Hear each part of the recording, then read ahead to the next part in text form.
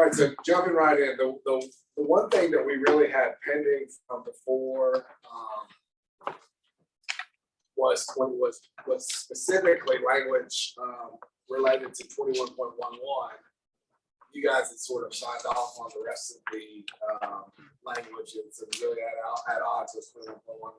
But we also, in subsequent discussions at our labor meeting, was brought up around method of salary payment and specifically deductions, because right now all the teachers are on, regardless of whether or not they're paid out 1 or 6, 10 or 12-month teacher, they're on a 10-month deduction cycle. And so we put in some additional proposal around that issue.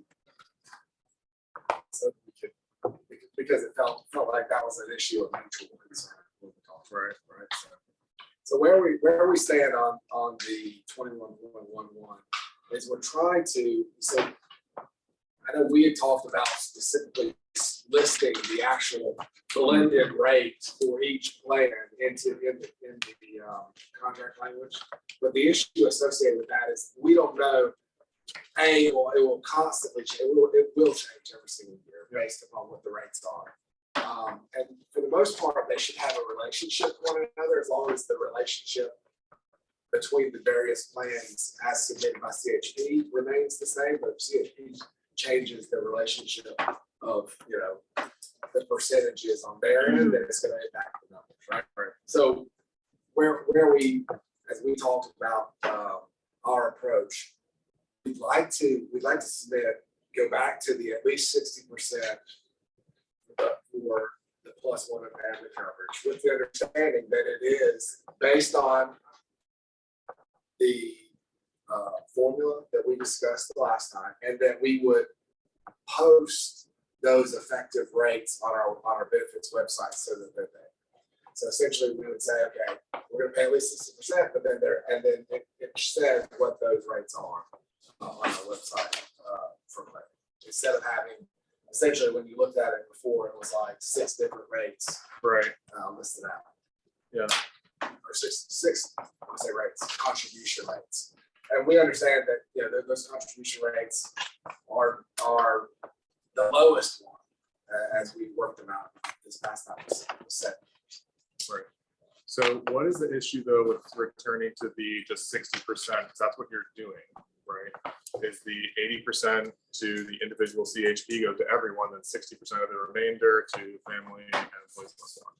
That's not what we did last year. Right. What we did was essentially we take the cash amount or the amount that so take that the amount that we pay in dollars, the dollar figure for the 80%. Right. For the CHP. For CHP. Yeah. You take that number and then you subtract it from the total family plan cost, right? Yep. Subtract that piece out. And then the remaining number is what we apply to 60%.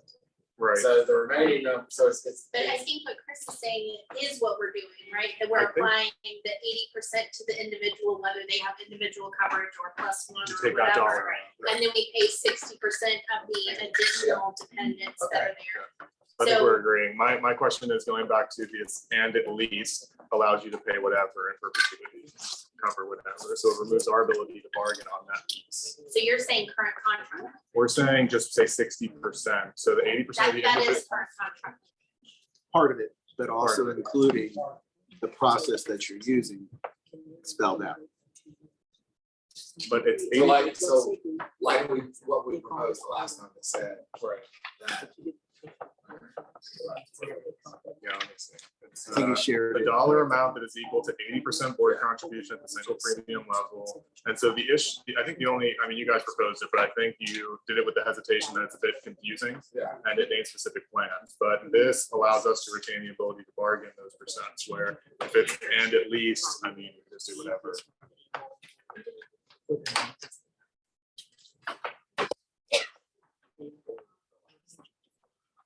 May 26th was the original, and then another on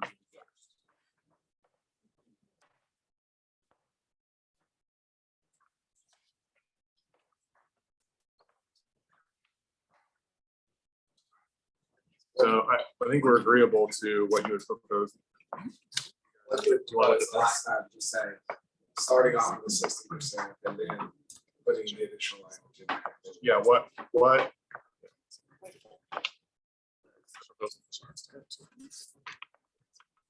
deal with it.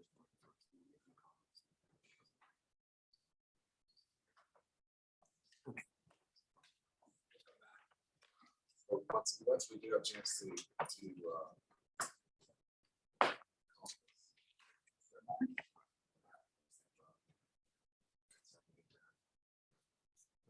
about and determine exactly how we would put the language together. I get what you're saying. Right. We have control design of the two.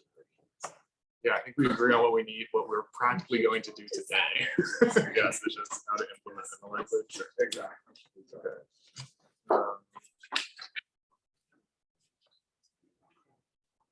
So we'll just come back.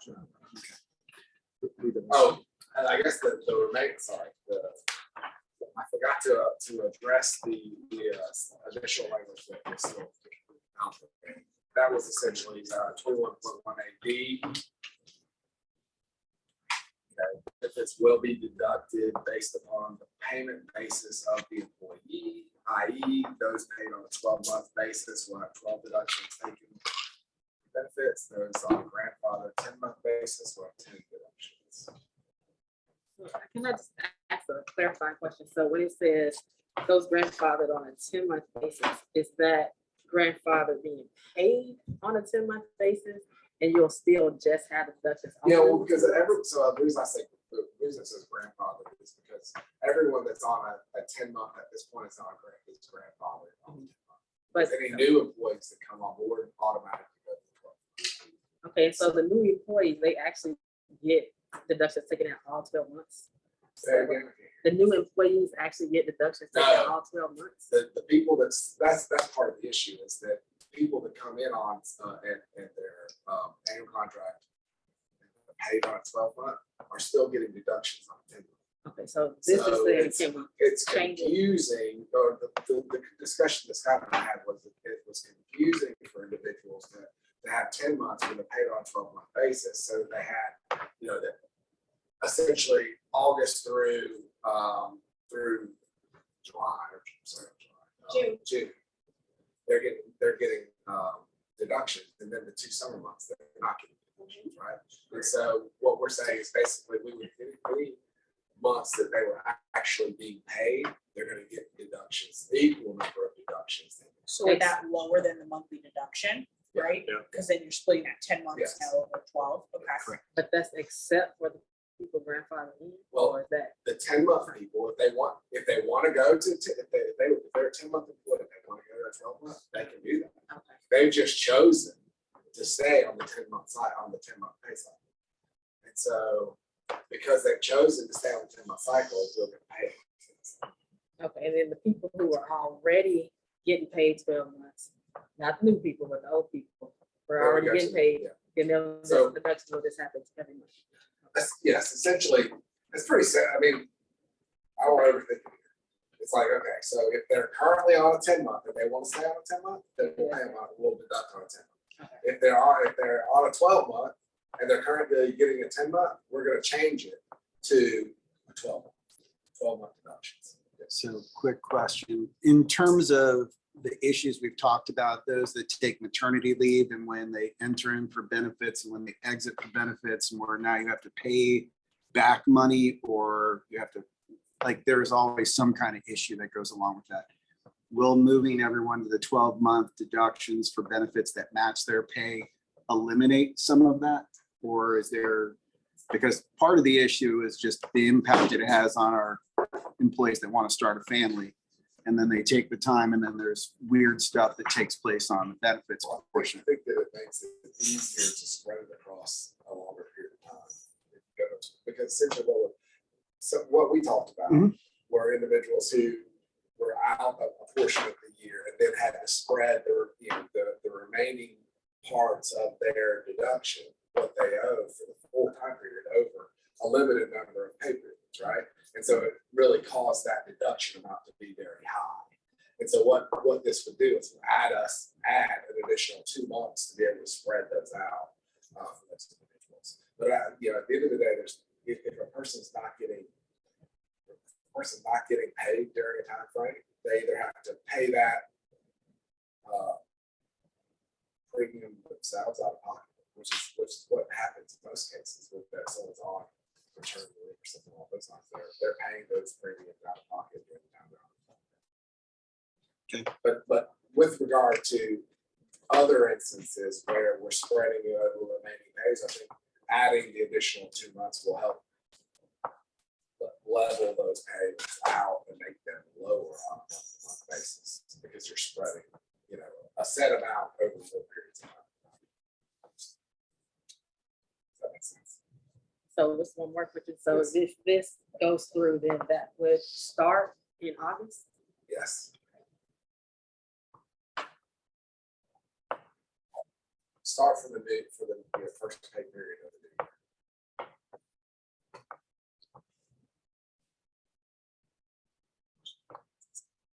All benefits, all deductions. Other questions? All right, Any so questions? I think we already pretty much, like I said, nailed down all the rest of the issues. We can definitely circle back to this. So let's go on to ours then. So for Article 7, and I will say there's 2 things we'll propose in the future, but they're really like segmented. It's specifically 7.02E, which is Leon Virtual Schools. So we're going to put some language in there, but it's specific just to virtual schools. And then F, we're still going to add the lively language. We just don't have the final language today. It just doesn't tie into anything else here. So I want to present the rest of it. So our intention is not to make any other changes beyond those 2 subsections. And so starting at the top, a lot of it is just kind of clean up of different language. And we've added in 7.012, A2, that employees' pay shall be increased proportionally at their hourly rate. I think that is just clarifying language and was already implemented this way. And lunch period below, we're saying that is no less than 25 minutes, and we're striking volunteer to.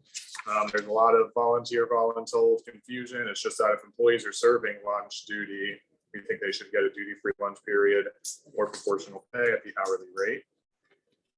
Going down, we've had here that for pre-K, they will get, instead of every effort, they will actually get at least 4 out of 5 planning periods reserved for their planning. Can I clarify that? Sure. I think that should actually read all pre-K and elementary school employees, not all pre-K elementary, it should be all pre-K and elementary school employees. Okay. I think, And before, I think existing contract language does not include pre-K, if I'm not mistaken. And, our team thought it was necessary to clarify that that also included pre-K, not just K through 5. Check on that. Wouldn't pre-K be elementary school boys? Just some, how some of the state statute that comes through, like, is unclear about if it includes pre-K or doesn't when they're referring to primary years, how we encountered that. So we thought it was necessary to clarify, because sometimes it's very unclear and then they get left out of things. So that was the point of that. Was I correct saying I that? think so. Yeah, in practice, we've treated them the same. It's just for those pre-K teachers that look in the contract, they can go, oh, here's where I stand. They felt heard and seen. Mhm. All right, then we've stricken this extra language about the consecutive duty-free planning time minutes, putting up above the lunch period. All right, so we say that activities such as team or department planning related to the delivery of instruction are appropriate activities to be carried out during planning time and are not to be considered duty or individual planning, for clarity. And the next part, we've replaced compensatory time with the proportional to hourly rate. The next section, if an employee does not get their planning because they're having to sub another teacher's classroom, they'll get $20 per coverage period instead of comp time. The next part is about substitute, like coverage when a sub is not available. So when no sub is available for an absent teacher, another teacher can be assigned to cover that class after all of their certified and qualified staff have been exhausted. The point of this is, as a last resort, break up the teacher's class into other classrooms, and distribute the students if you have to. And then to make it cost neutral, we're just leaving the language of cost neutral. So when students are added to a class for more than 2 hours, the teacher will be compensated for each hour, including the first 2, proportional to whatever the sub-pay was that would have been provided, and then the percent of the absent teacher's total classroom enrollment that's added to the covering teacher's class. So whatever the sub-pay is, divided by the number of students in the class, wherever they go, those teachers get that money. And that should be cost neutral since we just say whatever the sub-pay is. So just to clarify, when it says that they would get the sub-pay and the percentage of their enrollment, you're meaning the percentage of It's the sub-pay, percentage of the absent teacher's enrollment right? multiplied by whatever the sub-pay would say. I think it's like 115 or Okay, something. but I don't think that's exactly what the language says here. So just to clarify, so as we move forward, sub-pay will become 15, we know, so just as a visual example, sub's there for 7 hours. So 15 times 7.5, that's 112. So you're saying 4 teachers. Split up those classes, split up however many students are in that class, and split 4 ways. You would say, take 112, 50, divide by 4. you get Yeah. 25 to 30 bucks, something like that. Yeah, 25. But the language in there probably should say something to the effect of calculated as a proportional blah, blah, blah times percentage.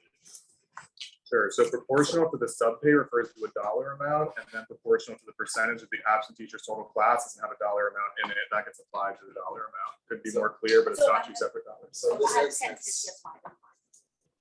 it's- So if I have 10 kids, she has 5 and 5, so it would be divided, let's say, by 4. based so on, that would the get no, 50%. based on the proportional, not Yes. necessarily. So in my example, we split them up evenly, but if they're not split up evenly,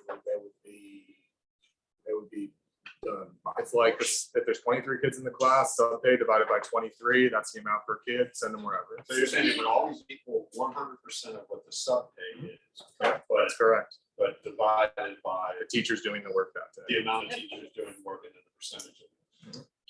Really divided by the kids and then applied to the Then- kids. That's the So most direct way. Who's gonna track it? Tell us. that's something. I mean, who's tracking the kid, teachers are already covering the kids, so they're doing their part of it. And so they're asking Right, for but we're now compensation. needing to track the number of kids and exactly what class they go to. Sure. Do they stay all day? I mean, you Is it, should be. and the number of hours Well, with we the don't- number of kids that are there. We don't pay teachers based on if students stay all day in the classroom. If a student gets called out and goes home early, the teacher still gets paid for a full day of work. I mean, I don't think that this scenario, if we divide up a class 10 and 10, and 2 of the class that we divided up goes home, that suddenly doesn't just become 8 because they went home at 10 a.m. Well, it does when you're saying a per student per hour cost. But they It went home. does. We also don't take pay away from teachers when they're not at their classroom acts. So I mean, that's the problem with going by head. Jared just made it a good point too. He said, like, if it's a substitute getting the pay, like, they don't get less pay if a child goes home early too. So it's like, maybe we could clarify the language to stay at the start of the session Sure, based so, on the number of students. in So the your session. question was, who does the substitute, who tracks substitutes right now? Bookkeepers. But right now, we're not asking them to track per student where they go per hour. Well, I think sure, that's but whoever. hold on from this side, please. So I would still say that, I mean, if a parent's gonna come pick up their student, someone knows who their student is, I certainly hope. And it is being tracked, and we know what classroom that student is in, right? You don't just do an all call in the PA, where's Chris, their parent is here. Isn't that correct? There's a difference in knowing a student's location and going back and tracking for pay every student, how long they were in, and which teacher was providing supervision. But, okay, so how long they were in, again, the point is you would incur the cost of the sub pay for the day. So we're keeping this cost neutral. And so to say, well, if the kid leaves early, okay, the point is they're taking the students, so the sub is not needed and covering it. I know in the past it was 4 or 5 students don't make a big difference. They really do, teachers found. And So if we're under class size, so are you only saying if this puts them over?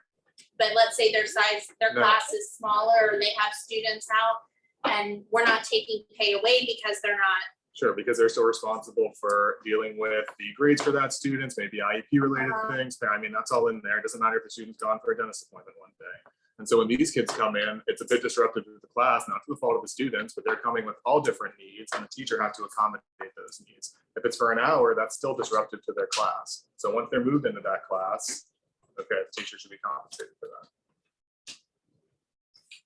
So I mean, whoever makes the decision to split the kids should be tracking it, I would say, if that's the bookkeeper or an AP, I don't know. So there are a lot of other districts that do this, way higher dollar amounts, like 300. We will definitely take this into consideration. Just looking at it, I think that the concern is simply that if it was to be done, we've got to find a way to do it. It's going to not cause awful lot of disruption to our administration. I can appreciate that, but the lack of disruption to the administration causes a lack of, causes disruption to the teachers in the classroom. And Well, so who's the collateral damage? not necessarily saying disruption, but making sure it's a process that can be administered consistently and fairly Sure. and not so onerous that some people are not getting paid what is in the contract and some people are getting paid more. That's, I think, more of what we were intending, but it's achievable and realistic, But this is achievable. that it's trackable and it Right, could be yeah. implemented. What it boils down to, determining whether or not if 8 kids go over here, 2 go over here, we do going back and tracking that percentage and doing that math is considerably more work than being done. I know, it's considerably. We just have to figure out, Yeah. we would have to figure out, one best way to make this work. I agree with that. It's considerably more work for the teachers to take the kids, that's all. So we all gotta do more work. Okay, other districts, a lot of them are trying to include this language because they're losing teachers to 40 kids in the class or whatever, trying to cover stuff. So I appreciate considering that. Okay, defining in the next part, contact time and student contact time, just for clarity. Going into 7.02A1, we're adding in order to maintain IEPs for DOE standards, program specialists shall not be assigned additional teacher duties. Okay, going down to B2, we're just clarifying that employees have input into their entire schedules, not just the teaching ones, teaching components. Okay, going down, when assignments are made later than these dates, let's read the whole thing. Assignments at the beginning of the school year shall be made in writing no later than the beginning of the pre-planning period. Such writing may be in the form of a duty roster or schedule. All of their assignments shall be made in writing 2 weeks in advance of the scheduled duty. So when assignments are made later than those dates due to unforeseen circumstances, site admins will provide a substitute to relieve employees from their presently assigned duties to provide necessary duty-free planning time to accommodate the unforeseen change in assignment. In those cases, when a sub cannot be provided during the standard workday to accommodate these changes, employees will be compensated at the hourly rate for time worked outside of the contract hours. And so part of the merit of this is I understand there are cases where teachers are teaching 3rd grade and then suddenly maybe they have to teach 4th grade, or they're in middle school and they have a different grade or a different topic all of a sudden when they don't have planning time anymore to develop this, because maybe they were short-staffed, one person at that school for whatever reason, and now they're trying to cover it. How are they planning that stuff? So right now they're just way overworking to accommodate essentially a staffing, not that it's on you guys, but a staff person missing from that site. You're saying this is happening like on a one-off basis, like for one day, or all of a sudden they change it and the rest of the year they're teaching 4th grade simply? Yeah, the latter happens. Yeah, like anyone some have- kids, Yeah. They're teaching 607. They're compensated. not at elementary, like the example we gave was elementary, so it's just the one. Okay. This is just for clarification. How is a 3rd grade teacher teaching 4th grade? I mean, it's like, If let's say 3rd grade teacher is a teacher all day with that student. Correct. Okay.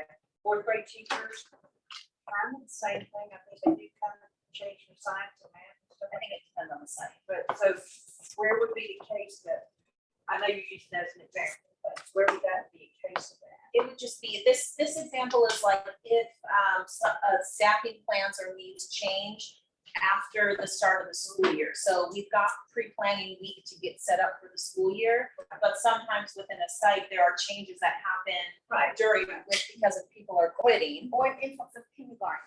Because we are we're infamous, for Right. not get our kindergartners enrolled in a timely manner in this county, or in any county, to be honest with you. So what happens, they have to grab a first grade teacher, if the numbers are, they all grab a teacher from a different grade level and accommodate to. After So they they've just already- change Right, grades. so- Assign them, so they have to Okay. back. Okay. That's right. Yeah. So there's after just they've a- already had planning for their assigned grade Correct. level, they're then asked to do. Teach at a different grade level. Yeah. Switch. It's not just planning for the lesson for the day, it's planning like for a Yeah, year. you're changing changing from Yeah. one grade level to another. Correct. Yeah. Change, but that would be just a short-term thing, because That's the site, I would say. it wouldn't take going your long to accommodate. I guess that's what I'm trying to figure out, because you're still getting your planning period, it's just that it's changed from planning from, let's just say kindergarten to a first grade. But you're not gonna need a whole year of that. It's related to the preps that you're, because they need planning and grade papers and all that. Changes, they want time. I just, okay. Develop the order. I'm like starting the time Yeah. on that side, I'm trying to. Yeah, no, I understand. So if I were to, I would start pre-planning with the idea that I'm teaching first grade. Right, I've been planning for first grade for 7, 8 days, whatever our plan right. is this year.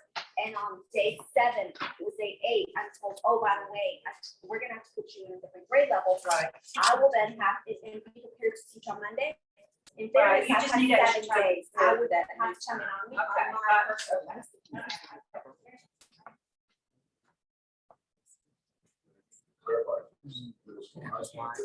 Right. See, that's where I was thinking more the middle of high school, you said, I was thinking they were adding an extra class period. I think like, middle school and high school will do that, they will give the teacher an extended day, is what we call it. But they lose their planning time or their duty free, but they get paid for that. They get paid for that. Right. And So they will get a prep. that's what I thought they talked about. Elementary. But Okay, then, they don't. if I can give an additional example from like high school, from exactly what she said, where teacher might have a certain schedule, pre-planning, and then they might switch it. But in high school, you may be in a certain area, and then they lost a teacher, and they may switch you altogether. So for example, you could be in PE, and then they can say, well, we need you to teach these math classes. Because you're certified in it. And so now you have to figure out, well, how in the heck am I gonna do this? And so you have to go back, and it's not the beginning of the year either. It's like the middle of it. I used to say you was, I mean, I'm just giving the So high school understand. example. I'm giving a high school That's example, gotta be dangerous. right? But I was just giving a high school example that wouldn't Right. fit under just getting the extended day. So you're saying. That's that- all I'm saying. So from that point forward, under your language, that teacher, because that change was made, from that point forward, they would get paid for any hours outside of normal working hours. But not saying it's an unlimited or for the year. I'm saying it could be some reasonable amount, but they have to now like switch everything they've been doing. They went to a But totally I- different Well, in department. the so- language, To there clarify the isn't language. a timeframe Yeah. or It's necessary duty-free planning time to accommodate the unforeseen change in the assignment. So I would say that's between the teacher and the site admin potentially to say, okay, well, I'm gonna need an extra 4 hours a week for the next month to wrap my head around calculus 1 because I was teaching PE last week. well, I mean, we wouldn't do it more than you have the pre-planning at the beginning of the year. I mean, there has to be some kind of contractual limitation around it. So Not to exceed pre-planning.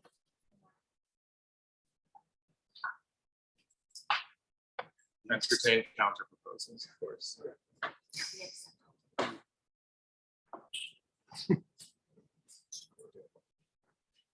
Going on to the next one then, we're trying to limit these meetings. So professional duties may include school district level assignments such as job-related meetings, committees, conferences, PTA, PTO meetings, which will be limited to 3 hours per semester. And we've removed supervisory assignments a little bit. Hold on, stop. Yep. Where are you at? I'm just below where we were a second ago. I didn't see the line. I'm trying to just go in order. And then if we flip it over to in-service activities, a lot of this is contract cleanup, so they're, I guess, no longer individual professional development plans or deliberate practice plans. And then we remove this when funding is available to just say for employee training, they'll get per hour for mandated service training. And then we've removed this language referring to something happening in 2019 forming committees. I don't think that needs to be in there anymore.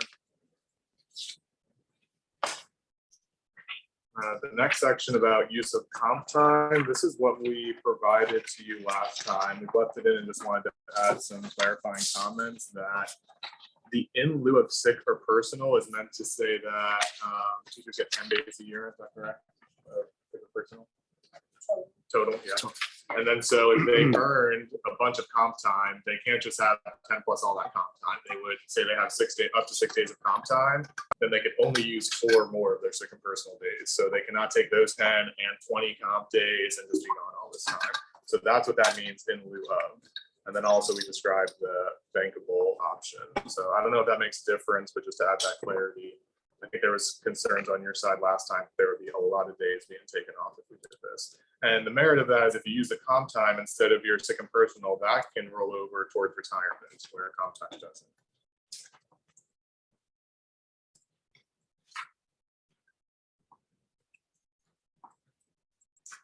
All right, if we keep going to 7.13.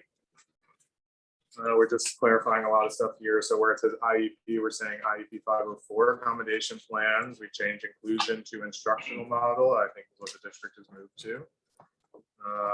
We've removed that should make a reasonable effort to and change it to will allow employees who prefer working in the inclusive environment to have the first opportunity. Let's see.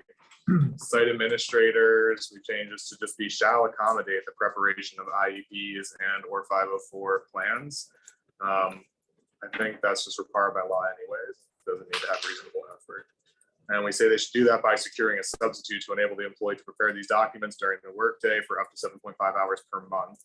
The sub can't be provided, then the employee is compensated their hourly rate for time worked outside the standard workday for the IEP 504 plans, up to 7.5 hours a month for an ESE teacher, or up to 10 for OT, PT, SLP, and psychologists for compliance. And so we've talked about this a lot with this group, that in terms of IEPs, ESE, the workload is absolutely massive. And just to clarify, it's like school psychologist or there's a program specialist for compliance. That was language we were talking about a little bit. So not a psychologist for compliance, but there, I think what Patty and I had attended there was that it was rather than psychologist for compliance, that should read program specialist for compliance. Is there a term the district uses to describe this classification of employees, SLP, OT, PT, psychologists? Program specialist. Program specialists, or you don't have a bucket term you call them? Yeah, because that's the Right. behavioral support, like program specialist for behavioral support, program specialist for compliance. That's as far as it goes in my understanding. I don't know if you guys know of other program specialists, but is it a better terminology, just specialist for everybody, like an umbrella term? Would it be specialist or service provider? Or we just have to say OTPC, SLP, psychologist every time. I think for the special mind share, it is what they're called there. I mean, there are other areas. So we put that have and programs, programs. Yeah. Other areas have programs, but DSC particularly, that's what things are called, to go out and do. Yeah, Once again, the I'm behavioral. Yeah, they go out and do some, But OTs and PTs are not called program yeah, specialists. they're a G. Yeah. That's what they're called. So we You need get that. clear about this. Yeah.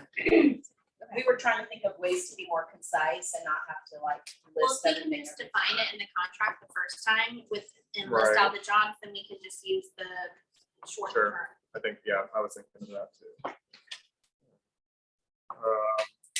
The next part is whenever possible, IEP 504, MTSS, PST meetings should not be scheduled during student contact time.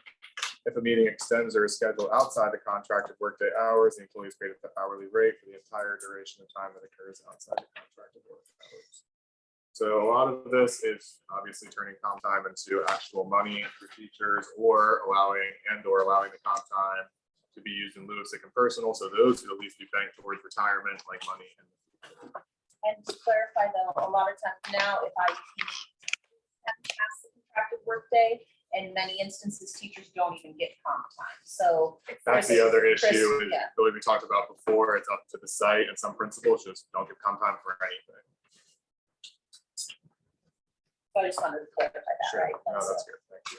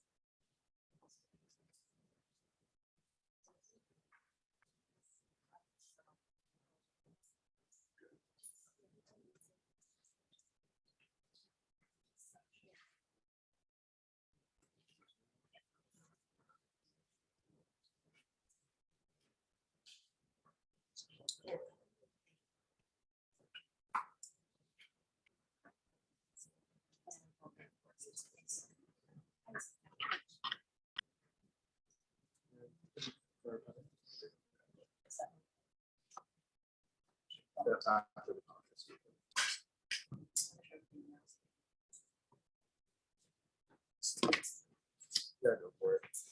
Sarah's gonna add a little clarifying point to 7.02A1A, which is the part that says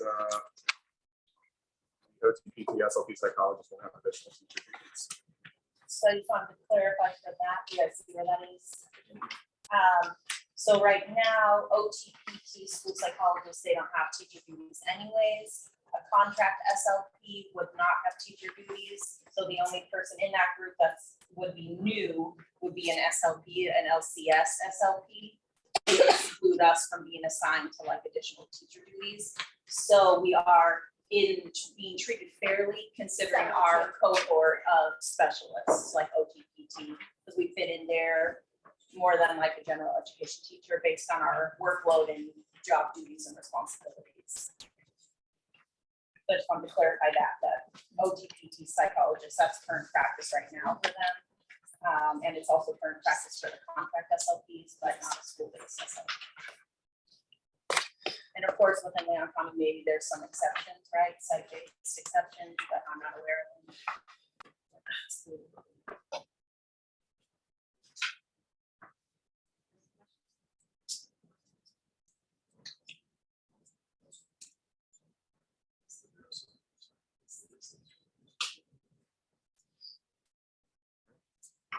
So on to 10.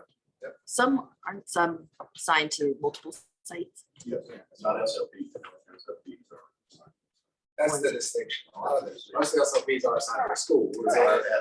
They live in that school, so they're assigned duties, just like any other teacher. However, OTPT, psychologists, those kinds of folks, they have multiple schools, and so they can.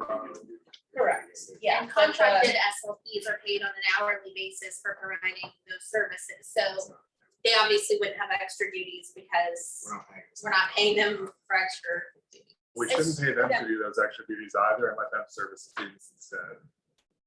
Or do Better use of the money. Medicaid billing, Exactly. Notes, things like that. different work, things that we need to do as SLPs that are different than other positions.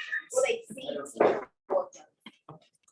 And so these workloads, they can't see.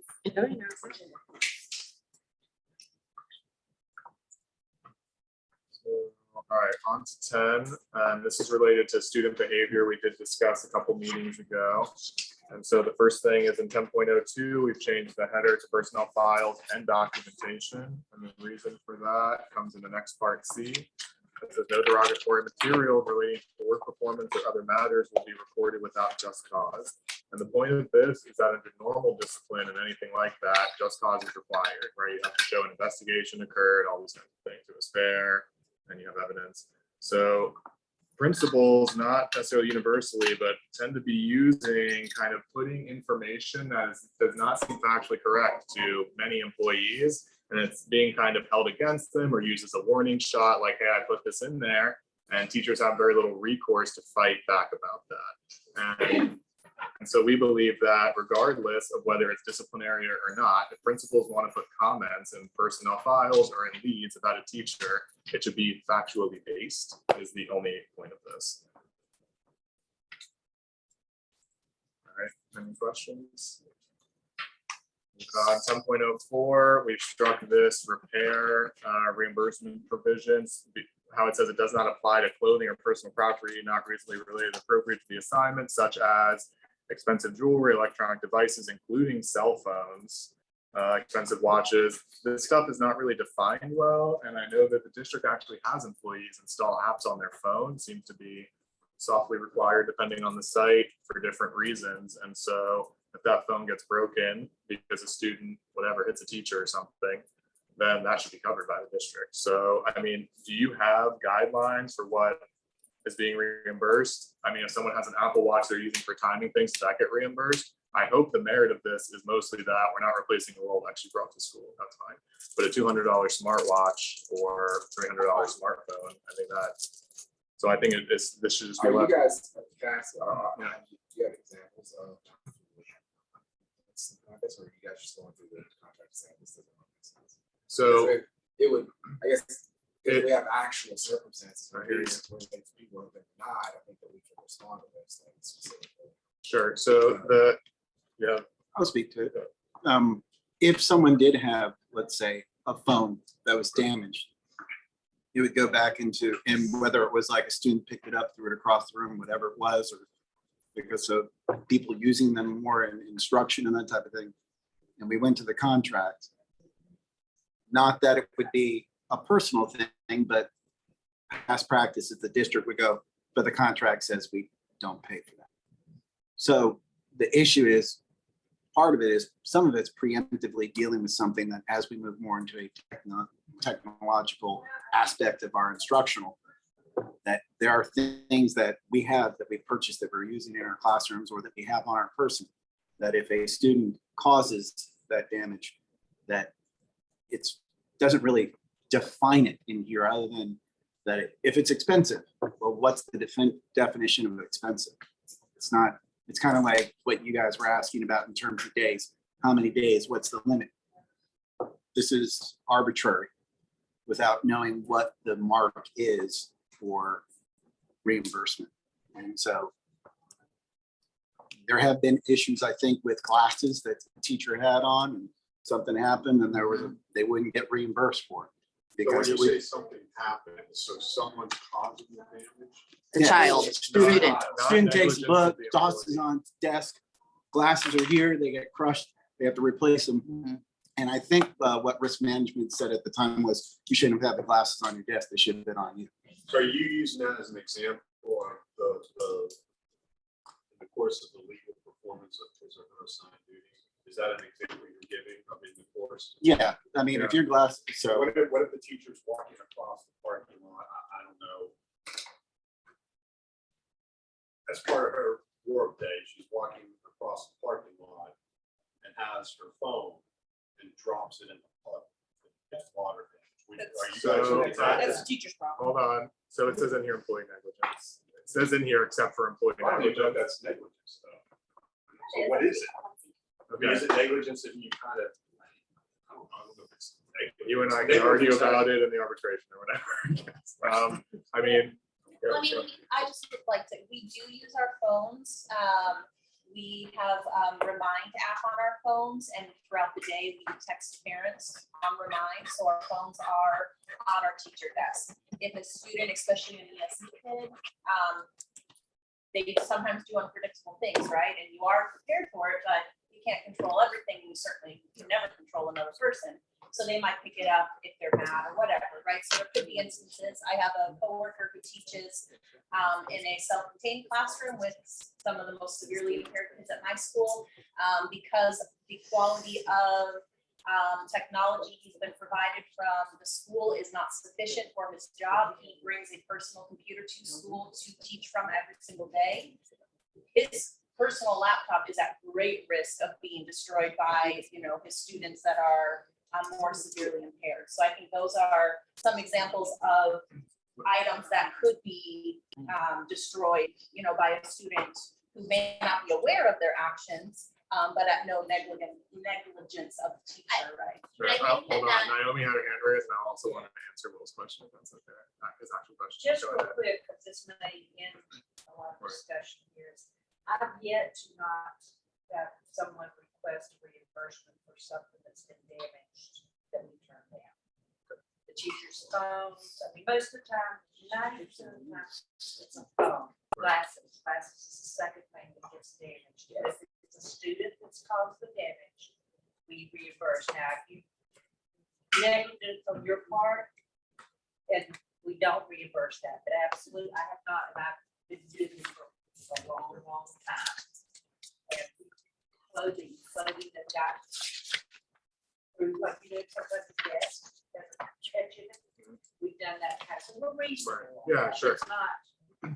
No, I I'm just understand saying that, so to I've kind of, not yet turned somebody down that's had to have a reimbursement.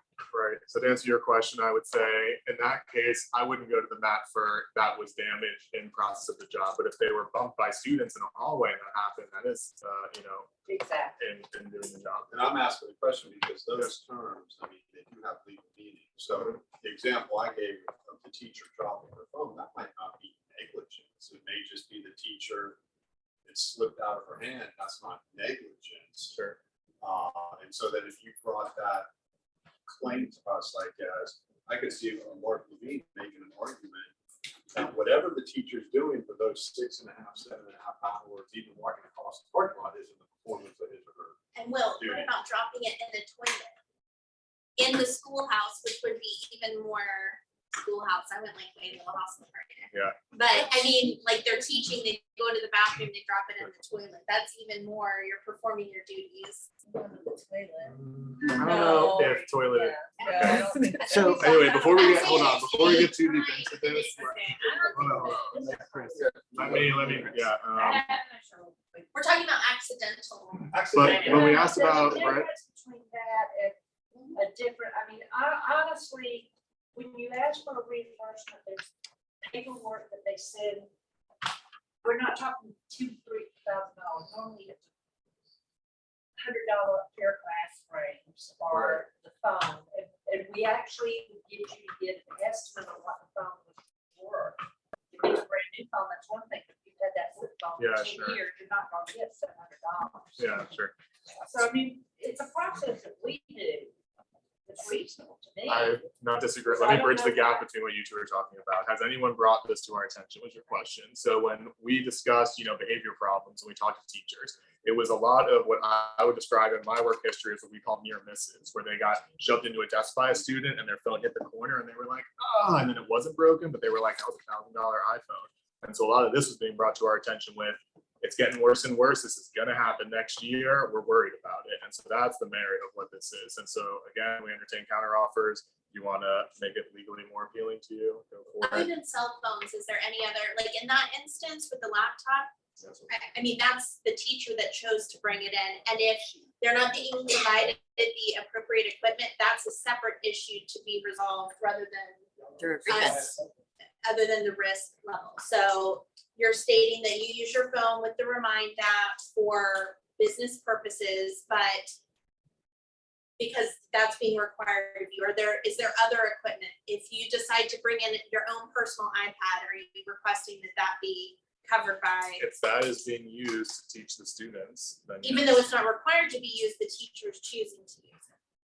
so it's going down a weird road, I would say. Yeah. So, Yeah. so then And in that's Sarah's what- case, but in Sarah's case, then if you're not providing the right equipment, we're telling all teachers, don't install stuff on your phone, don't bring your laptops, explain to your principal, you need to buy the stuff for me because I'm not risking the damage.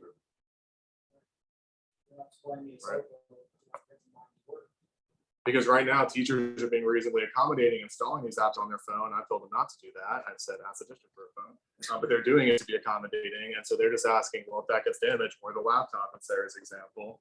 And so they're not barking up your tree for a $2,000 laptop. They're bringing in their laptop, assuming, hopefully it won't get damaged. But if it does, then what? Go back to Naomi's point. Very few instances where we have ever denied a life of play. I'm not refuting that and assuming any ill intent. What I'm trying to convey is that student behavior problems have escalated like this in the past few years.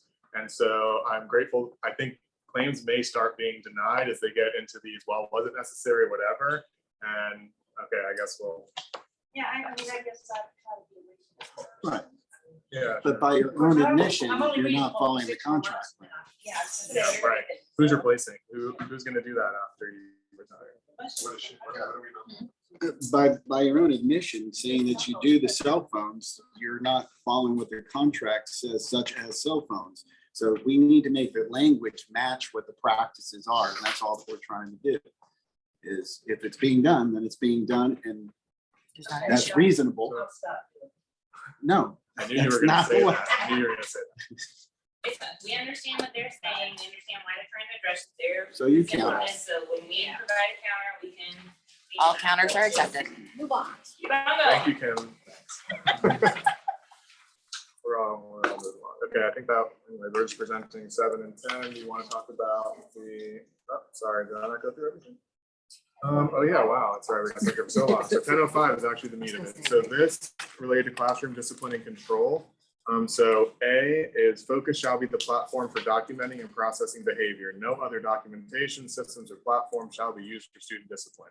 The main reason for this is because we found that actually some sites are having paper referrals still. They're not putting it digitally at all. It's not trackable between sites. You have a kid that could have a ton of referrals at one site, go to another one, they have no idea about those behavior problems, and it's just dropped on the teacher.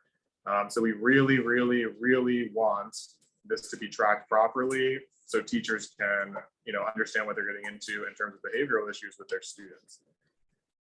For B, teachers and other instructional personnel shall have the authority to undertake any of the following actions in managing student behavior to ensure the safety of all students in their classes and school, and to preserve their opportunity to learn in an orderly and disciplined classroom. So none of these are too particularly too onerous. Establish classroom rules of conduct, 1. Number 2, establish and implement consequences designed to change behavior or infractions of classroom rules. 3, assist in enforcing the rules on school property during school-sponsored transportation and during school-sponsored activities. 4, request and receive information as the disposition of any referral to the administration for violation of classroom or school rules. And this ties back to A, that in some cases, the information doesn't exist to have. Number 5, request and receive immediate assistance in classroom management if a student becomes uncontrollable or in case of emergency. 6, request and receive training and other assistance to improve skills in classroom management, violence prevention, conflict resolution, and related areas. 7, press charges if there is reason to believe that a crime has been committed on school property during school-sponsored transportation or during school-sponsored activities. 8, to use reasonable force according to standards adopted by State Board of Education to protect themselves or others from injury. These are standard from other school districts as well. C, student discipline shall be addressed by site administration within 24 hours. This is stemming from students get a referral written out, sometimes for serious incidences. They just get returned to the class the next day. The principal never talked to the teacher about it. The teacher's like, well, what, that kid, hit another kid and threw a book. And just the principal didn't even reach out to me about that. Am I okay? These kinds of things. Teachers are not feeling good about that. D, referral shall not be written under another employee's name or modified by anyone other than the employee. This is because we've had numerous reports of teachers where their site admin just wrote a referral and put their name on it, and it just showed up in their digital system, and they didn't write that. Or they did write a referral and admin edited information in that they disagreed with. So we think that whoever writes the referral should actually be the person who manages that. B, all employees shall have access to Focus for the purpose of writing referrals. Again, that's so this can all be tracked. We understand student behavior between sites and teachers. Anything in there before I go on to the 2.06?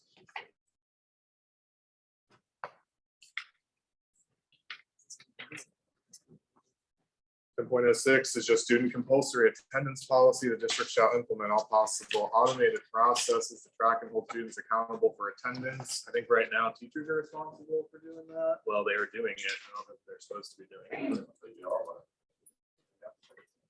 Yeah, It's not about taking day-to-day attendance. Not about taking attendance. This is the CSAP process that we've had conversations through labor, making sure that notification to parents, the things that happen.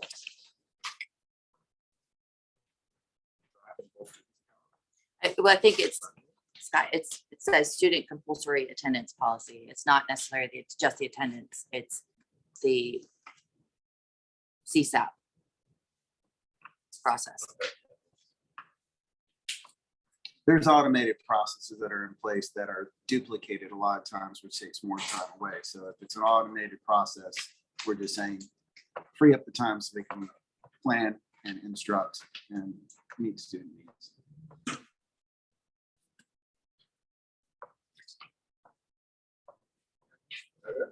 Number 10, you want to Yes. talk about 8 a little bit?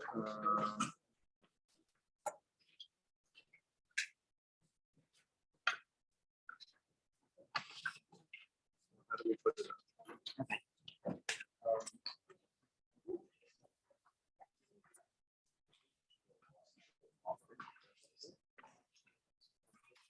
Are there any questions about the focus request?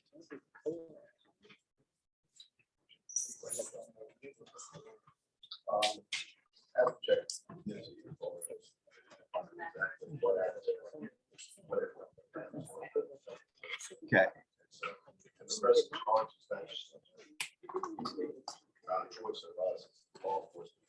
That doesn't deal with the focus. The focus part is primarily for the referrals, and here's Yeah, I the, have to check with Missy as far as seeing what access. what we're able to do for everybody. right. So. But part of the issue that we're having. The issues are in 10.05. Yeah, and so the reason, and just for some context, there are schools that use a separate system, paper and pencil, to make determinations before things go in there. So it doesn't necessarily reflect the student behaviors that are taking place. And when you receive that student the next year, you don't have a full picture of what kind of behavior the student may or may not have had. The other part is whether or not processed properly. Other teachers in the same grade level or year cannot see what was processed, so that they have a context to know where they are, that student is in referral. No, it's not.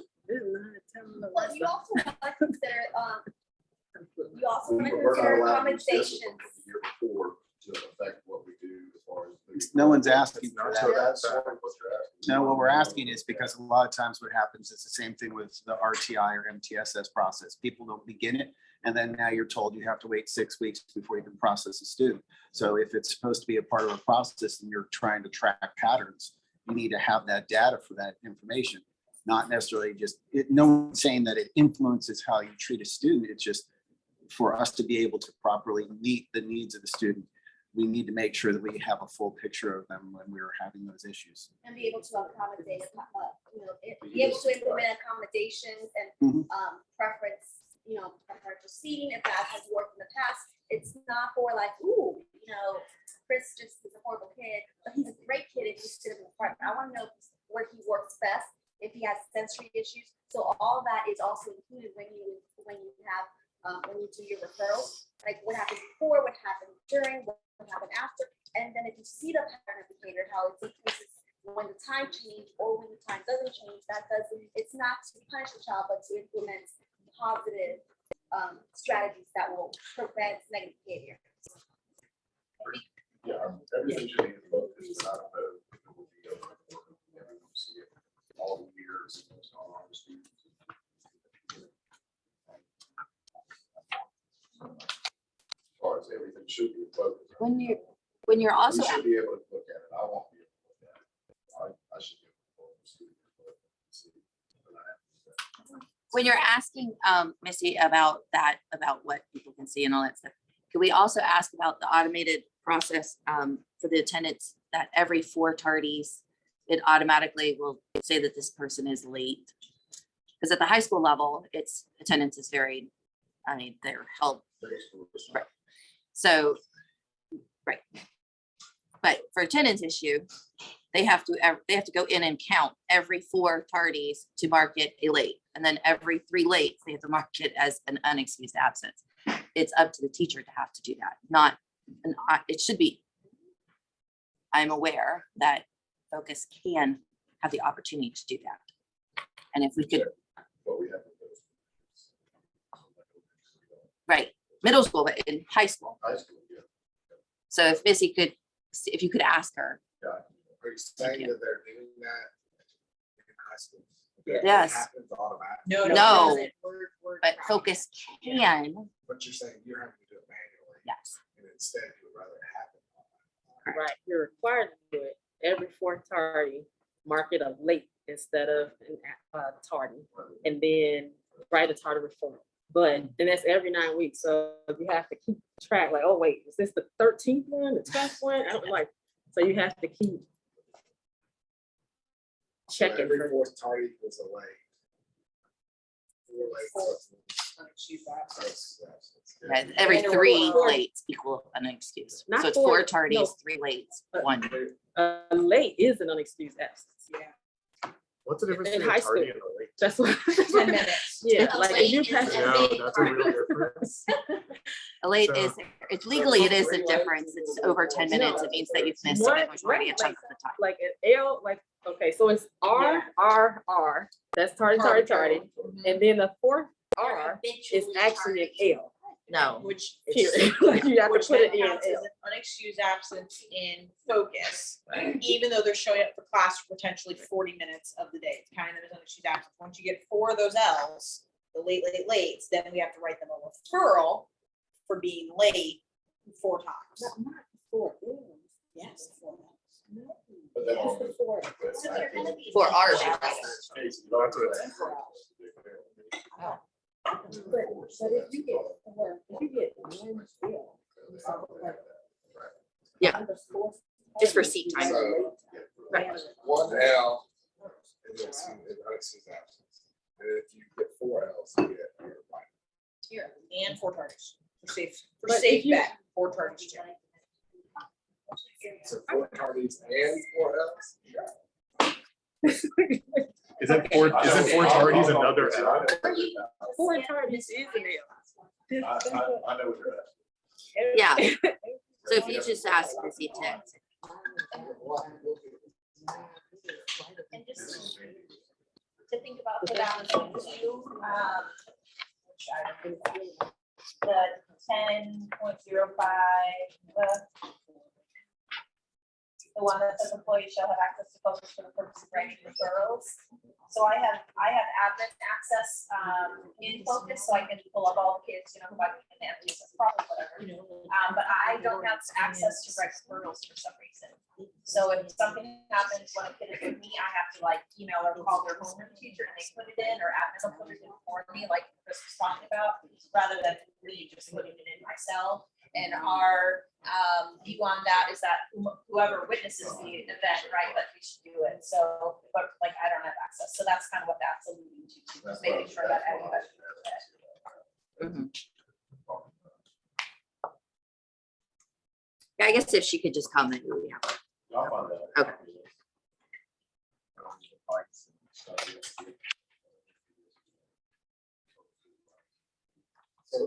So I was being distracted. We're saying only the teacher of record has the ability to write the referrals.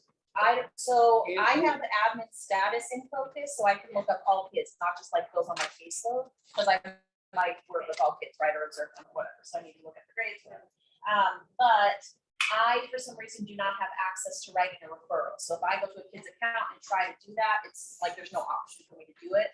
So I have to ask their homeroom teacher to write it. I'll tell them what happened and they do it. And they'll say, when the student was with Mr. Cock, he did this. Or I'll talk to admin and they'll put it in. But I personally. That's what it sounds like. And also if it happens in the cafeteria and the parents are there,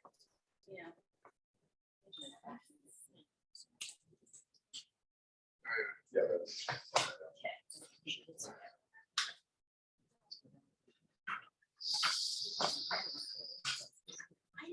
I need to supplement. Are we breaking? Yeah, does it take? It's not a game. That should be a meme.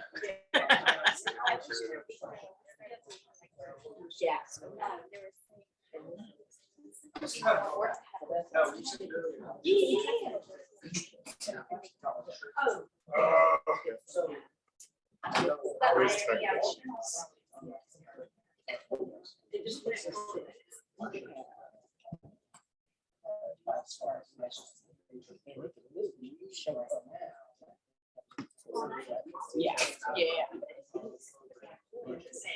provided. Right, divided by the budget, but there's- that also means the district plays it. See, now. Huh? I just like, if you did not provide any.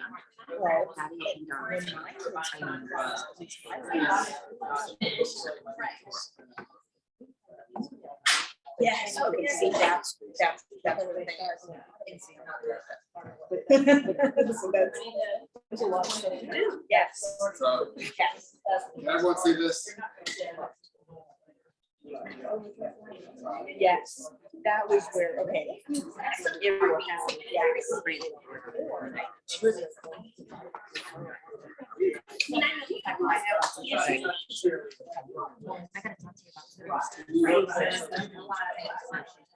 Two rooms for paid for and then two for mine and then. so back there. Plus. Because I think this hotel actually charges me. Stop it. We gotta figure it out. Yes, that's, and that's.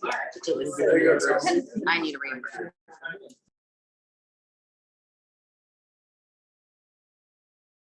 Third order. All right, so I'm gonna preface this and then. All right, I'm gonna preface this and let the specialist describe the actual matrices they fill out, but so we're gonna present an 8, not today, and the idea in this Article 8 though is that when you have students of varying degrees of needs, they need to be in some way potentially reweighted as more than a student, seems like potentially less than one in some cases as well. And so the idea is how to even do that to assign a caseload to an SLP OTPT. And so this is what our team has come up with, that out of these documents, this matrix of services will provide an Article 8 a weighting that says based on these numbers, this is what the student is, just to prepare you for what we're planning on. All right, so go ahead. So we wanted to share these examples with you guys. This first one that is pulled up right now is for a student who is more severely impaired. You can see up at the top here. I'll show you, I guess I'll point. If we could. Okay, so I've left out any, identifying information. The student was in 5th grade. Their primary exceptionality over there is intellectual disability. And if you scroll up, you can just see like his, gender, whatever.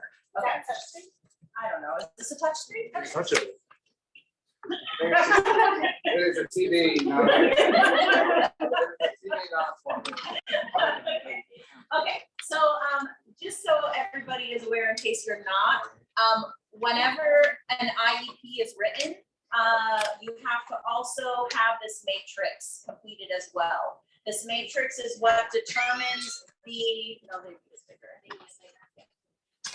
matrix is what determines the level of funding that the district gets per student. A student who has more ESE services based on their IEP, which is translated into this matrix, the more money the district gets at FTE count for them.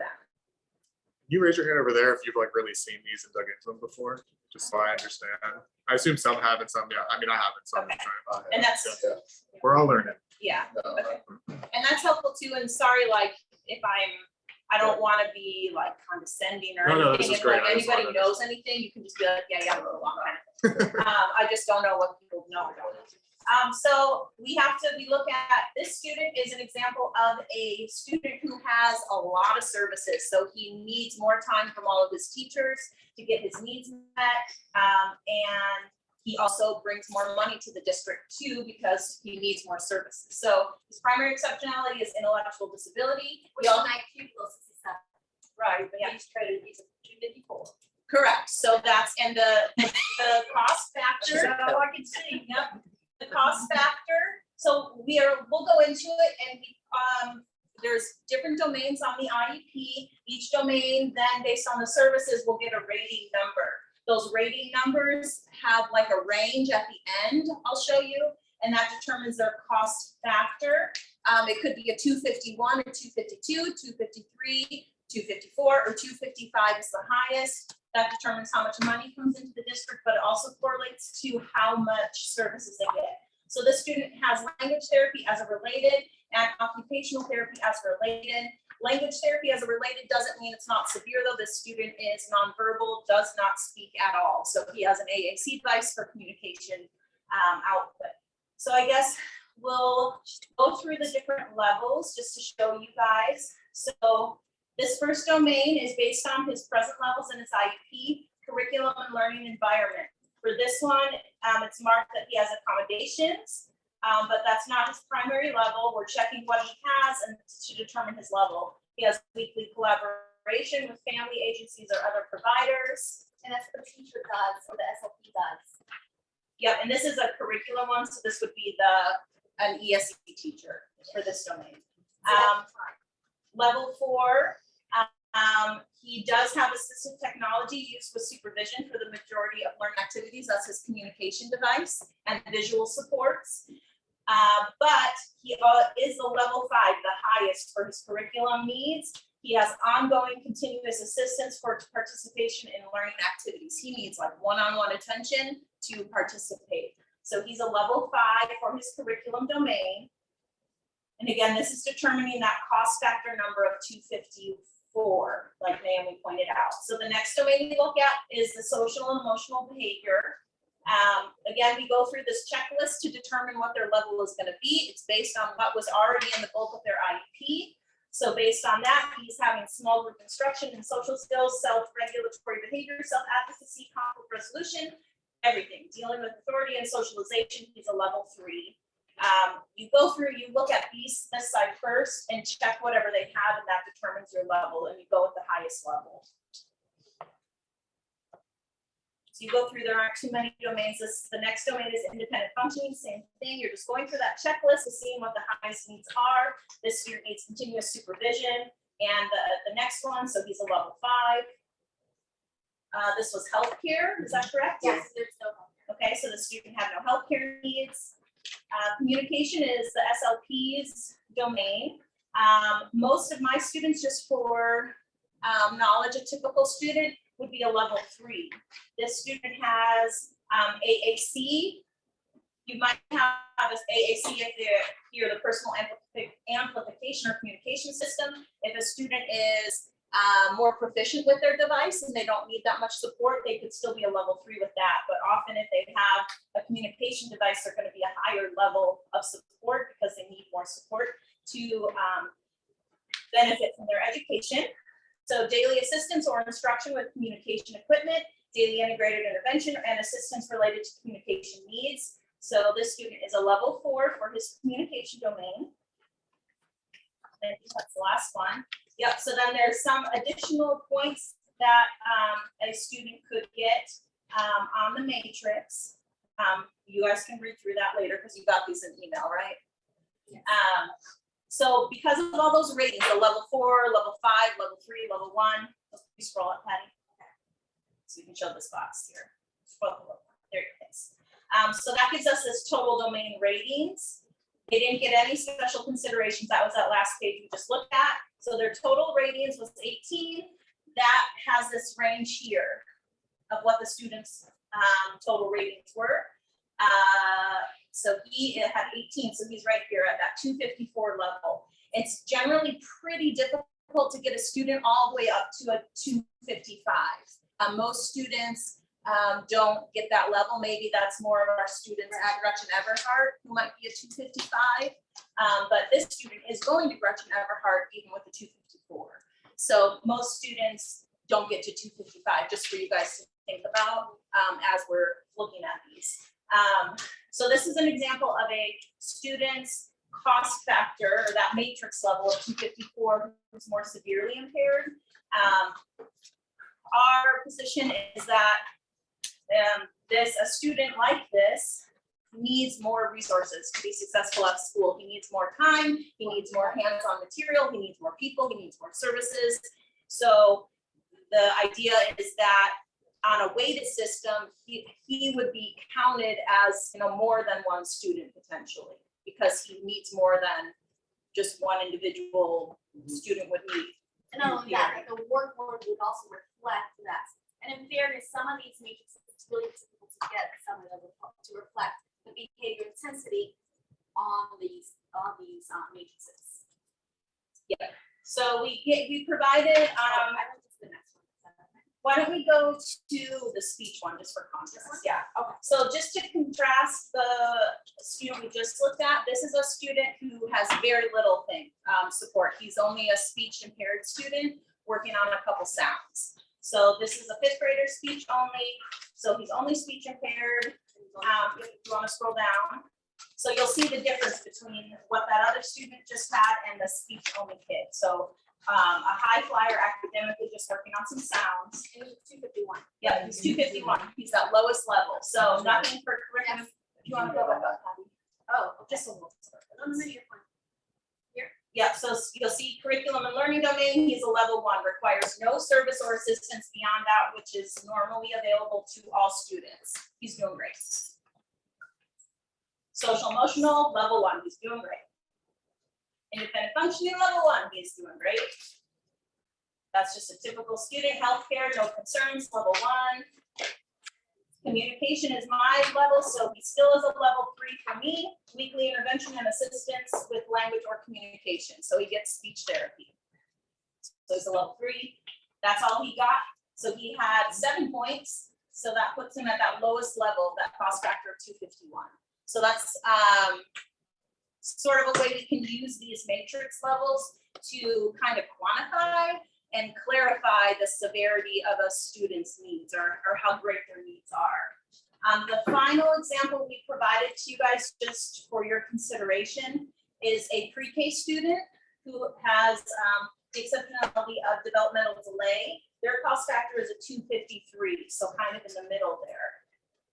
The student only right now had language therapy as a related. So for curriculum, they're at a level 4. They need assistance with the majority of their learning activities. This is social emotional behavioral domain, level 3. They need small group instruction to learn their social skills. Independent functioning, level 3. Weekly monitoring or assistance of independent living skills, materials, and or equipment, and that can be toileting too in pre-K. A lot of pre-K teachers are teaching toileting skills. Healthcare, no additional services there. Communication, level 3, weekly intervention or assistance with language or communication. And they might have some points up here. It depends, can you scroll up? Okay. Okay, yeah, I just remember there were some pre-K things, but so total domain. Total domain rating was 14, so that put him at a 253. So again, we just wanted to provide some additional information for people who aren't familiar with like ESE students and IEPs and matrices. So you guys could consider that and start thinking about how those services impact like the overall workload for the teachers working with them and service providers. Any questions?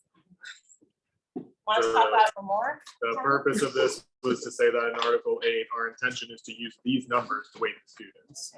Yes, go ahead. Yes. I'm not trying to be, this number is a weighted number that we use for the students. Right. So that's what we get funded on. So Right. yes, 254, you are funded, it's like a 1 to, I'm around to 4. So instead of like a middle school, because we get, they're funded at 1. So 1 to 1. So the 254 child, we get 4 times that person. Just saying a middle schooler is just one, a random middle school kid is a Right, one. 1, Okay. right. They're not because, middle school Sure. are the easiest ones to teach. I was a middle school teacher. But anyway, with that 254, I mean, the teacher's not the only support that's provided in that classroom. Like the OTPT, the OT that comes in, that's not it may be every day, but it's not a full time at that student. So that's one slice that's given to that child during the week. SLP, you're not with the child, they come in there with them a little bit, so you pay for that SLP, you pay for that OT. That child is almost, we're paying for it, you're paying for a 1-to-1 teacher and usually a 1-to-1 aide.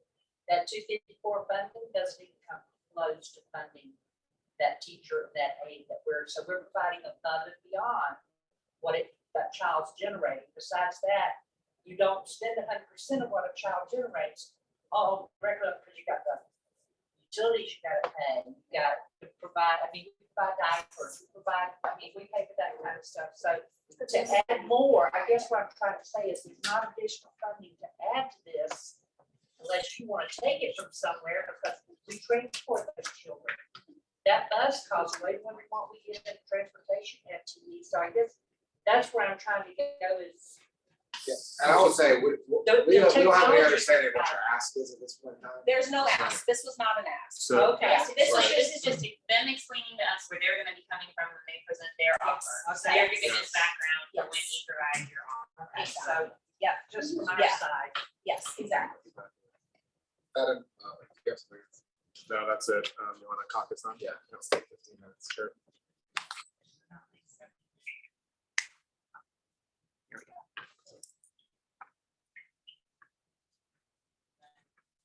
Okay, so this is the language that we've crafted based upon our discussion a little bit earlier. So it would be 21.1, 21.11. Would be second bullet, a dollar amount that is equal to 80% of the full contribution at the single premium level for the predominant plan, plus 60% of the remaining plus one at family coverage premium. So just define predominant. Like whatever plan that most people sign up for that year, that's the predominant plan. How many, right now that's CHP? How many sign up? It will always. Comfort me, how many sign up for CHP each year? Roughly. How many? Yeah. I think there were 1,640 singles. And what's the next? Like 100. Waterloo, honestly, Waterloo, that's less that's than- about 80%. So when you're saying predominantly, you're just saying CHP versus Florida Blue, not Right. necessarily employee plus one. Right. It's just. Yeah, I think and she's he's trying to. doing Capital this selection is the Right. plan. It's to keep And the then the- actual vendor name out of the contract. because in the future, if that changes, there'll be a new predominant plan. Exactly. Right. Understood. And then in terms of the other language, you guys were okay with the language related to reductions? Yeah. Okay. And so the only other thing that we were talking about just a second ago was striking the language that is outlined in 21.04 C3 related to annual program-based teachers and capping the maximum level at 7.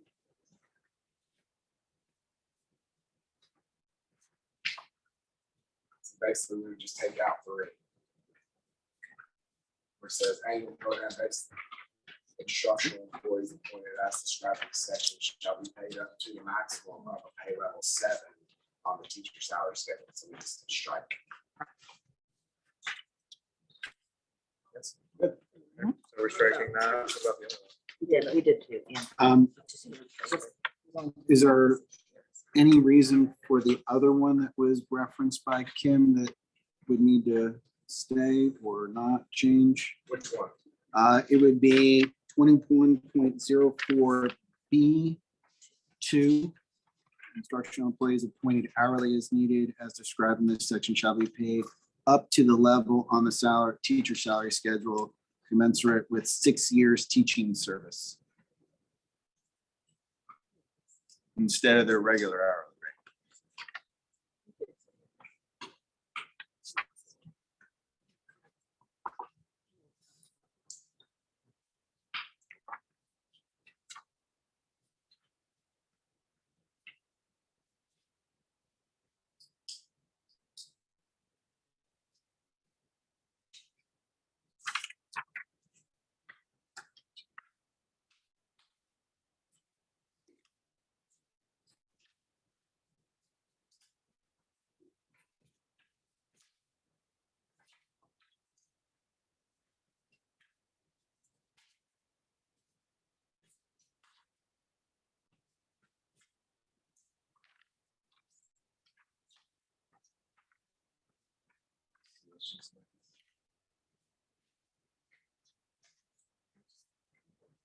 Difference between annual based program and hourly as needed.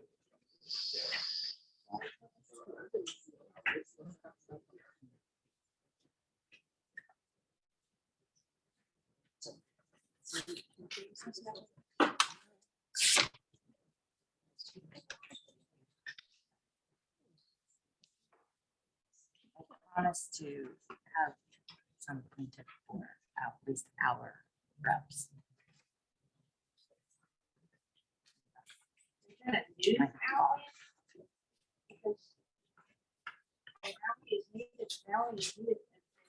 They, their hourly rate. What they are. Right, so why have Right. it Yeah. with 6 We're years? just saying teaching? that Just should be- take it out. That should have taken out. Right, yeah, that's what we're saying. We're saying the same thing, Naomi. I'm just checking with you to make sure that that's the case. Yeah. Okay. Yeah. Well, that's in there. Right, okay. Um, Yes. yeah, Yeah, I we're agree not. with you. Ooh, you're getting closer to that end of 6 months. We'll start bargaining in 5 months and 29 days. Not just like read all these contracts, you read it, you go. "What? What's that?" Look at But to me, Yeah. that's just, it's one of those areas that was the cleanup, because we are. Correct. Right. that. Right. Just like the. Just cell clean up. So we'll strike that. Okay.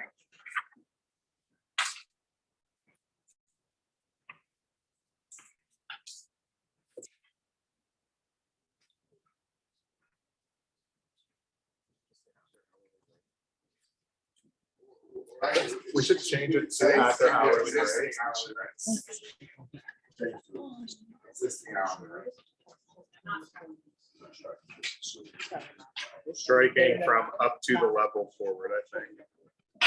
I think that, okay, when you go back and read, but I don't even know why. I think that needs to be, I think it's referring to like sometimes a teacher works like half-time, but it's less than half-time. With 18.7 hours a week, sometimes you get benefits. Correct. Mhm, Below that, you don't.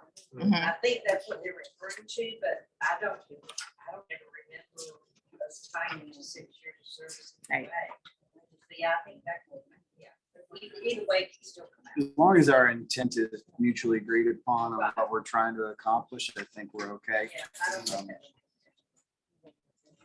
And the things. I don't think that it is. You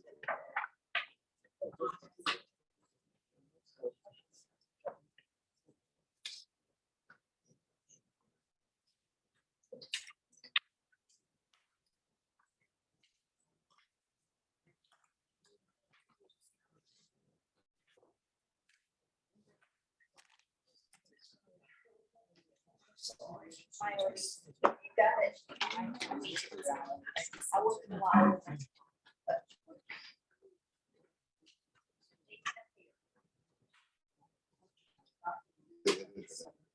And same with the additional instructional. You know, that like, I'm gonna say.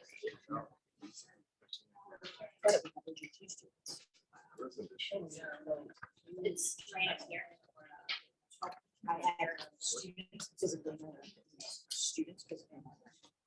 There is a definition. It's in there.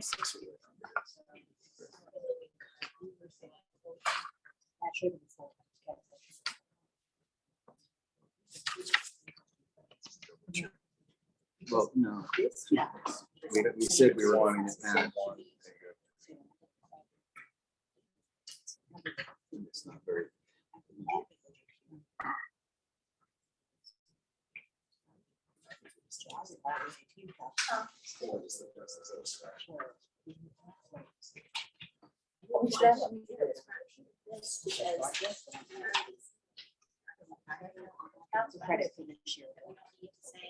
All right, so what we're thinking here is, because in 21.03, we already say that we're open to the hourly rate, but we could just scratch through two altogether. So 3 becomes 2.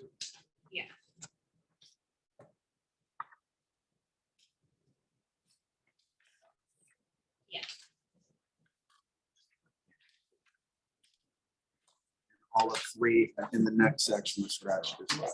Okay, we'll just match these up to make sure that we're on the same page.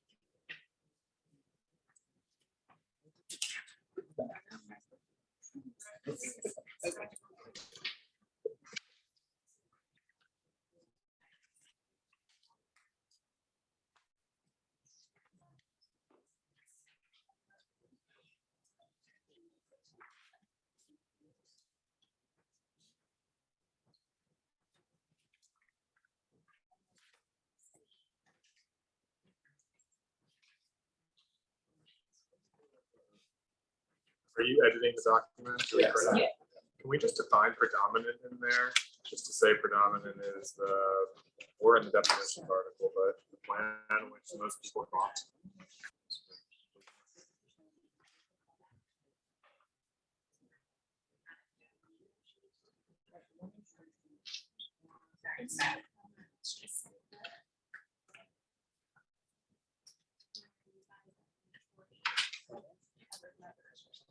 Most utilized. Sure, that's fine.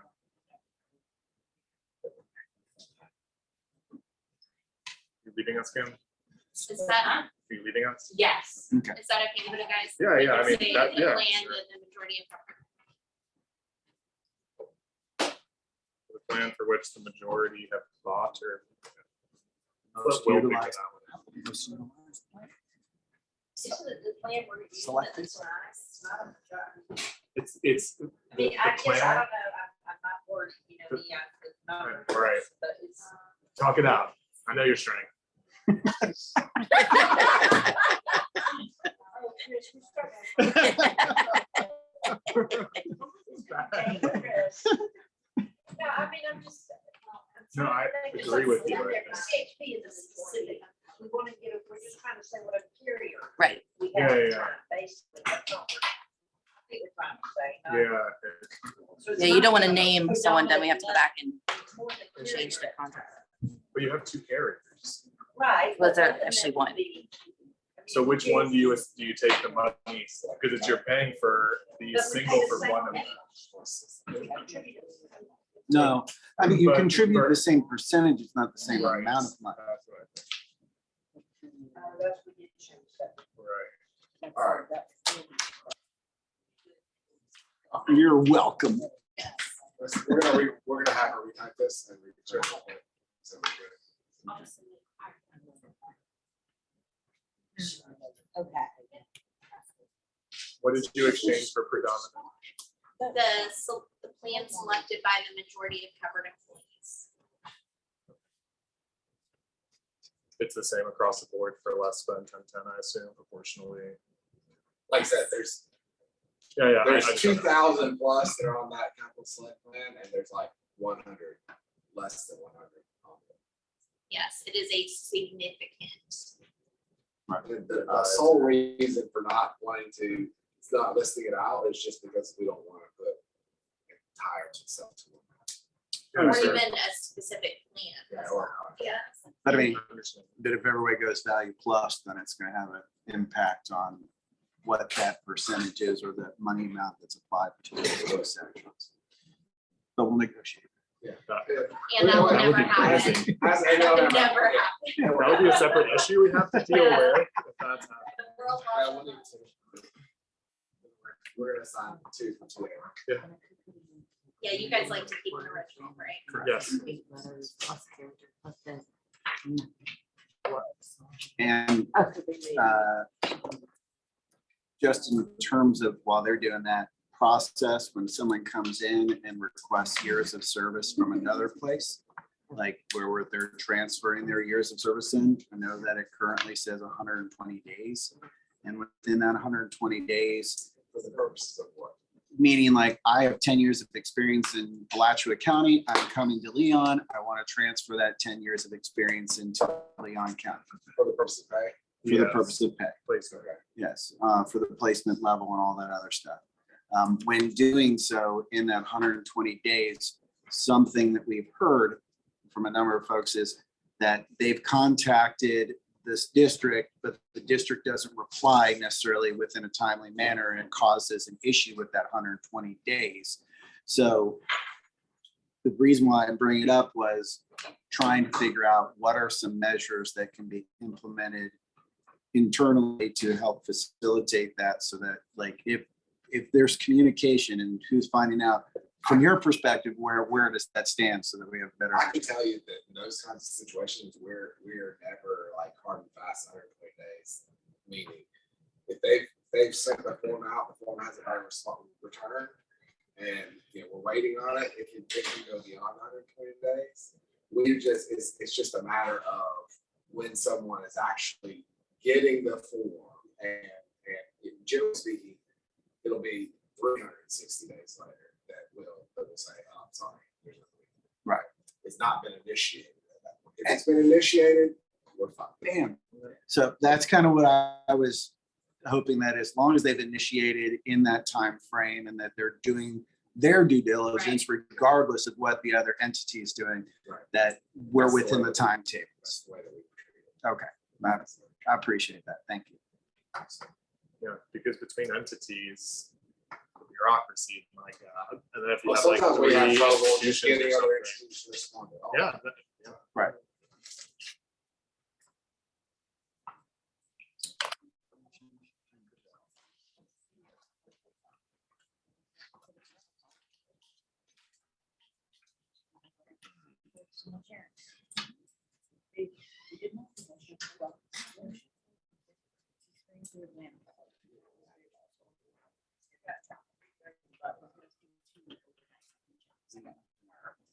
For 3 hours.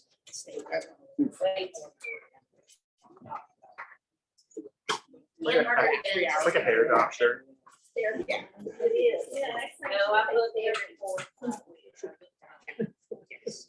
Yeah, I should start doing that. My stylist moved and it took me, I'm still not even, had to change, and a year later, I'm still not on a consistent schedule on Saturdays. It's so hard to Because get they're in, just all booked up. because or- people book out, like, So I already have far. appointments booked Oh, into right. 2023. Where is this? Welcome to Women's World. Where is this Not at? all women. Not all women. Not- Not all. If you color your hair, Yeah. yes. And I do. I don't. So So this one, I I can tell it's all actually had to natural. fill out You a can tell, that's all. application Does that look good? to see if I could get I it. think so. Where is the Pearl and Honey? Where is that? Never heard of it. It's in Midtown. But I mean, like, there's nothing worse than someone leaving and you're like, but I've been with you for like 8 years. What am I supposed to do now? This is our- Yes. we got- After I had two of them move away and I was like, I need something Bye. that's tied to Tallahassee. She's like, I own a house here. I'm in it to win it. 5 years later, Can we up the font maybe 2 next time? There's a contrast issue. Yeah. you have those fancy glasses. Apparently I need 2 pairs for this.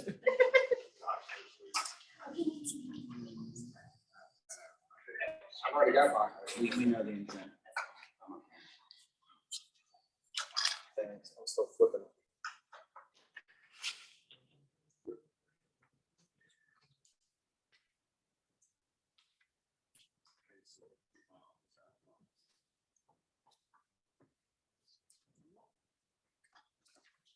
And once we're done here, I just want to touch base with you guys on a couple of,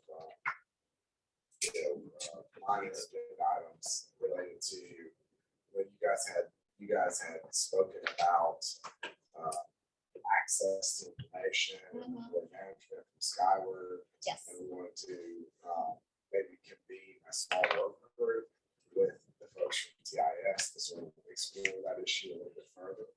So if you guys want to come back to the next session next week and have some other folks that can.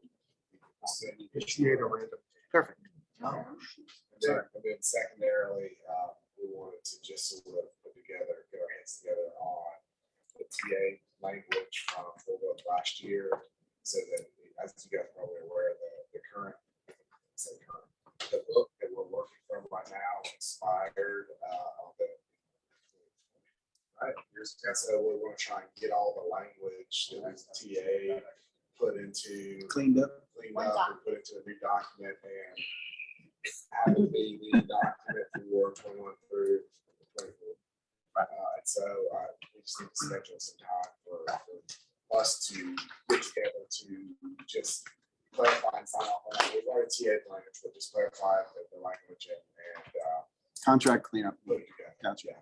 And so it's separate apart from this year's bargaining session, but just so it could be me and you and. So we're gonna like type it and clean it up. Who's actually doing the? We'll put together the book, but we just want to look at the items. that we create. Diana's just saying, thanks. He did this. We'll put together the book. Diana knows her role. Diana's the engine that drives the Diana's train. a gem. Yes. She loves. Keep saying. He hasn't turned around. Just look forward and said things. Awesome. Very interesting. Okay, All right. so we're good. Are we ending? All right, Brett. I accidentally we TA'd a middle random. Yeah, I was gonna say, did you guys read the? That was just open and I started signing stuff and then I realized I didn't sign the first page. I'll sign I can give you the clean one if you want. I'll be both as well. Honestly, we should probably say it. Initial every page. Yeah, like you would in the lease, That works. bring the language, We should do that. see, we don't trust it. Well, the point is we both have original copies and we're supposed to safeguard against that. I think it's single copy, you're right.